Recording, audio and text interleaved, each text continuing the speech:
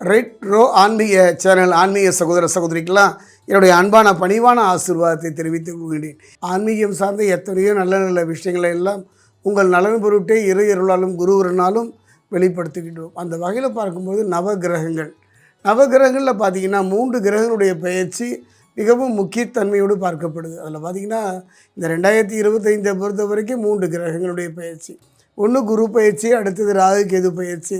இந்த 2 கிரகங்களை நாம் உற்று நோக்கினாலும் கூட சற்று அச்சம் கலந்த பயம் கலந்த உணர்வோடு பார்க்கக்கூடிய ஒரு பயிற்சி எதுன்னு பார்த்திங்கன்னா அது சனி பயிற்சி தான்.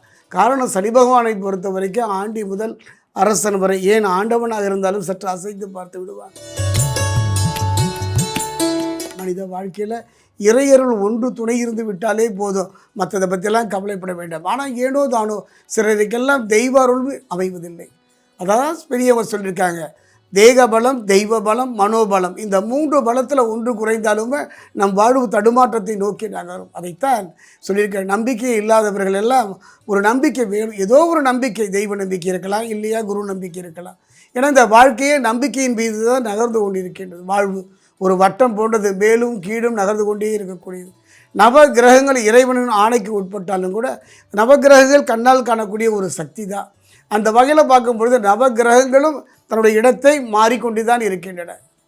அந்த வகையில் பார்க்கும்பொழுது பலம் வாய்ந்த கிரகங்கள் என்று சொல்லக்கூடிய பலம் ஈனமான கிரகங்கள் என்னெல்லாம் இல்லை. எல்லா கிரகங்களும் ஒவ்வொரு காலகட்டத்தில் பலம் பெறுகின்றன. அந்த வகையில் இந்த 2025 3 கிரக பயிற்சியை சந்திக்க போகின்றோம். குரு பயிற்சி, ராகு கேது பயிற்சியோடு அச்சம் கலந்த பயம் கலந்த உணர்வோடு பார்க்கக்கூடிய ஒரு பயிற்சி தான் சனி பயிற்சி. இந்த 3 பயிற்சியும் தொடர்ச்சியாக நாம் சந்திக்க போகின்றோம். சனி பயிற்சி பலனை கூற தொடங்கினாலும் கூட மற்ற பயிற்சியினுடைய இருப்பை வைத்தே நான் கணக்கிட்டு சொல்ல முடியும் சோழி பிரசன்னத்தில். அந்த வகையில் பார்க்கும்போது மார்ச் மாதம் 29 சனி பகவானுடைய பயிற்சி திருக்கணித பிரகாரம்.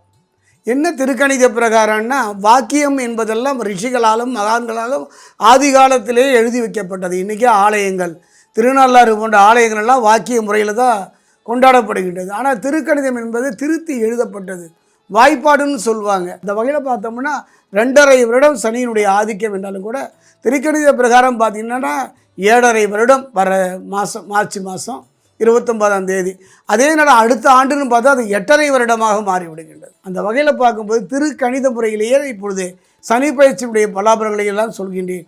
உயர்த்தியோ கூட்டியோ இல்லாமல் உள்ளது உள்ளபடி சொல்ல போகின்றேன். என்னை பொறுத்த வரைக்கும் விருச்சிகத்தை பொறுத்த வரைக்கும் விசாக 4 அனுஷம் கேட்டை எவ்வாறு இருக்கும் என்பதை இப்போ நம்ம பார்க்கலாம்.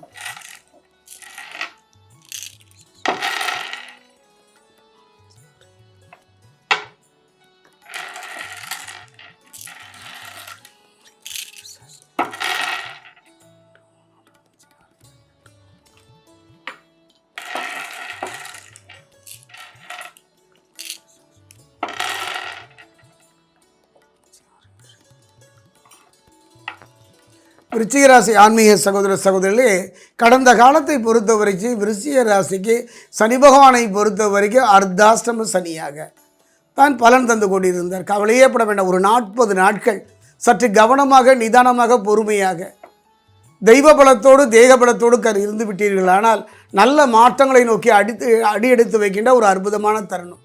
கடலிலே விழுந்தவனுக்கு கலங்கரை விளக்கம் தெரிவது போல, தனித்து வனத்திலே தவித்தவனுக்கு குரல் கேட்பது போல, பசித்த வயிற்றுக்கு ஒரு கவளம் சாதம் கிடைப்பது போல, பாகத்திற்கு ஒரு கொஞ்சம் தண்ணி கிடைச்ச மாதிரி ஒரு அருமையான சந்தர்ப்பம். நிதானமாக இருந்து விட்டால், பொறுமையாக இருந்து விட்டால், தானுண்டு தன் வேலையுண்டு என்று இருந்து விட்டாலே போதும். அந்த வகையில் பார்க்கும்பொழுது விருச்சிகத்தை பொறுத்த வரைக்கும் அர்த்தாஷ்டம சனி முடிந்து பஞ்சம சனியாக வருகின்றார். கொஞ்சம் கவனமாக பாருங்கள் நான் சொல்கிறத. இந்த 5ஆம் இடம்னு சொல்கிறாங்க இல்லையா, இந்த 5ஆம் இடம் பஞ்சமஸ்தானத்திற்கு வருகின்ற சனி பகவான் அற்புதம் என்று சொல்வேன். புண்ணியஸ்தானம், சாதாரண புண்ணியம் இல்லைங்க, சர்வ புண்ணியஸ்தானம். இந்த சர்வ புண்ணியஸ்தானத்துக்கு சனி பகவான் வரும்பொழுது கண்டிப்பாக தன்னுடைய வேகத்தையும் தன்னுடைய தான் கொடுக்கக்கூடிய பாதிப்புகளையும் கொஞ்சம் குறைத்துத்தான் கொள்வார். காரணம், அந்த இடம் அப்படி. அந்த இடம் ஒரு மனிதனுக்கு வேகமும் கோபமும் ஆத்திரமும் வரும்பொழுது சில இடத்துக்கு தகுந்த மாதிரி அடங்கி போகிறது தான். படமெடுத்து ஆடுகின்ற பாம்பு ஒரு மகுடிக்கு அடங்கி போகிற மாதிரி தான். தன்னை விட உயர்ந்த பதிவில் இருப்பவன் மற்ற பதிவில் இருக்கிறவன் அடங்கி போகிற மாதிரி தான். பொருளாதாரம் சார்ந்த ஒரு வாழ்வு அல்ல, கிரகம் சார்ந்த ஒரு வாழ்வு. அந்த வகையில் பார்க்கும்போது 5ஆம் இடம் பஞ்சமஸ்தானத்திற்கு வருகின்ற சனி பகவான் சர்வ புண்ணியஸ்தானமாகத்துக்கு வருகின்றார். அது மட்டும் கிடையாதுங்க, ஒரே வரியில் சொல்கிறேன், நல்லது நடக்கும். இந்த ஒன்று தான் சோழி பிரசனத்தில் விருச்சிக ராசிக்கு சொல்ல போகிறேன். செய்த புண்ணிய பலனை அனுபவிக்கும் அற்புத காலம். அடுத்த வரி இந்த இடத்துல ஒரு கேள்விக்குரிய ஆச்சரியக்குரிய வைக்கிறேன். செய்த புண்ணிய பலனை அனுபவிக்கும் அற்புத காலம். புண்ணியம்னா என்னன்னு நினைக்கிறீங்க? தான் உண்டு தன் வேலை உண்டுன்னு இருந்து விட்டாலே புண்ணியம் தானே. இதுதான் என்னுடைய அனுபவம். நீங்கள் தான தர்மம் பண்ணலும், குளம் வெட்டலும், கோயில் கட்டலும் அப்படிலாம் நான் சொல்ல மாட்டேன். சோழி பிரசன்னத்தில் தான் உண்டு தன் வேலை உண்டு என்று இருப்பது, பிறருக்கு மனதாலும் உடலாலும் தீங்கிழைக்காத ஒரு நிலை தான் புண்ணியன்னு சொல்லுவேன். அந்த வகையில் பார்க்கும் பொழுது ஒரு அருமையான சந்தர்ப்பம். எதையெல்லாம் இழந்தீர்கள் வாழ்க்கையில், எதையெல்லாம் எங்கெல்லாம் தடுமாறி நின்றீர்கள், எங்கெல்லாம் தவித்து நின்றீர்கள், எங்கெல்லாம் ஏமாற்றப்பட்டீர்கள், எங்கெல்லாம் ஏமாற்றத்தை சந்தித்தீர்கள். இத்தனைக்கும் ஒரு மாற்றம் தரக்கூடிய ஒரு அருமையான சந்தர்ப்பம். நிறைய விஷயங்களை ஜாக்பாட் அடிக்கும், கோடி கோடியாக கொட்டும் அப்படிலாம் சொல்வதை விட இருப்பதை தக்க வைத்து கொள்ளக்கூடிய ஒரு அருமையான சந்தர்ப்பம். நீங்கள் இழந்தது மண்ணாக இருக்கலாம், வீடாக இருக்கலாம், நிலமாக இருக்கலாம். நீங்கள் எழுந்தது பெண்ணாக இருக்கலாம். சிலரெல்லாம் விவாகரத்து அடைஞ்சிருக்கலாம், சிலரெல்லாம் மனைவியை பிரிந்து வாழலாம், சிலரெல்லாம் கணவனை பிரிந்து வாழலாம், சிலரெல்லாம் பிள்ளைகளை பிரிந்து வாழலாம். அந்த பிரிந்த உறவுகள் ஒன்று சேருகின்ற அற்புதமான ஒரு இடம்தான் இந்த 5ஆம் இடம். அப்படிப்பட்ட ஒரு அருமையான ஸ்தானம். விருச்சிக ராசியில் என்னை பொறுத்த வரைக்கும் பஞ்சம சனியாக வருகின்றார். கவலைப்பட வேண்டாம். அதே நேரத்தில் கொஞ்சம் கவனமாக இருக்கணும். ஏன்னா இதே காலகட்டத்தில் தான் குருவும் பயிற்சியாகிறார். கொடுத்த வாக்கை காப்பாற்றுவதில் ஒரு போராட்டத்தை சந்திக்க வேண்டிய சூழ்நிலை வரும். ஒரு வாக்கு, நான் இருக்கிறேன், நீ ஏயா கவலைப்படுற, நான் பார்த்துக்கிறேன்னு சொல்லிட்டு நீங்கள் கவலைப்படுகிற சூழ்நிலையை அவன் உருவாக்கிட்டு அப்படியே போயிடுவான். அதுதான் சிந்துபாத கதை நமக்குலாம் தெரியும். பாவோன்னு இறக்கப்பட்டு தோளில் தூக்குவான், கடைசி வரைக்கும் அவன் வாழ்க்கையில் அவன் இறங்கவே மாட்டான். இதுதானே வாழ்க்கை.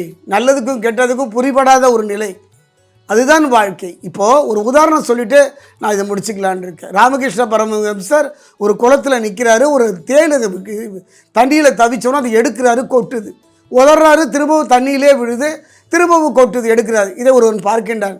ஏயா பார்த்தா ஒரு சாமியார் மாதிரி இருக்கிற, தேள் கொட்டும்ல, அதை ஏயா திரும்ப திரும்ப எடுக்கிற அப்படின்னு சொல்லுவாள். அவர் சொல்கிறார், தேனின் இயல்பு கொட்டுவது, என்னுடைய இயல்பு காப்பாற்றுறது. இதை புரிஞ்சுக்கிங்க. ராமகிருஷ்ணர் நிலையில் தான் விருச்சிக ராசிக்காரர்கள் இருக்கின்றீர்கள். தான் உண்டு தன் வேலை உண்டு என்று இருந்து விட்டால் இந்த காலம் பொற்காலம், நற்காலம் என்றே சொல்லுவேன். விருச்சிக ராசியை பொறுத்த வரைக்கும் 5ஆம் இடம் வருகின்ற அற்புதமான ஒரு மாற்றம். தடுமாறி போனிய தொழில் நல்ல முறையில் நடக்கும். தொழிலே இல்லாதவருக்கு ஒரு தொழில் நடக்கும். திருமண யோகம் கிட்டும். காதல் திருமணம், பெரியவங்க பார்த்து திருமணம், எந்த திருமணமாக இருந்தாலும் அது ஒரு நல்ல நிலையை நோக்கி நகரும். தனக்கு அடங்காத பிள்ளைகளோ உறவோ அடங்கி நடப்பார்கள். சொன்ன சொல்லுக்கும் வார்த்தை ஏற்படும். ஆலய தரிசனம் கிட்டும். ஆலயம் கட்டுவதற்கு உதவி செய்வீர்கள். ஆண்டவரை நெருங்குவதற்கான ஒரு அற்புதமான ஒரு காலகட்டம். பெற்றோரும் மற்றோரும் உங்களை புகழ்ந்து ஏற்றி வைக்கிற ஒரு காலகட்டம். கவனமாக இருங்க. தவறான மனிதர்களுடைய தொடர்பு, தவறான பழக்கத்தை உடைய பெண்களுடைய தொடர்பு இந்த காலகட்டத்தில் ராகுவால் ஏற்படும். நிதானமும் பொறுமையாக இருந்து விட்டாலே வெற்றி உங்களுக்கெல்லாம். சிலரெல்லாம் அரசு துறையில் முயற்சி பண்ணி எந்த பலனும் இருக்காது.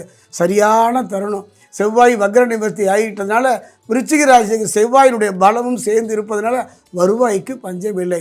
அதே நேரத்தில் சனி பகவானுடைய அருளை நீங்கள் பெற வேண்டுமானால் திருத்தணி அருகே இருக்கக்கூடிய பாதசனீஸ்வரர் ஆலயம், இந்த ஆலயம் சென்று சனி பகவானுக்கு உங்கள் கையிலேயே நல்லெண்ணெய் அபிஷேகம் செய்து மகிழ்வீர்களானால் நல்ல முன்னேற்றம், நல்ல மாற்றம் பெறுவதற்கான அருமையான சந்தர்ப்பம்.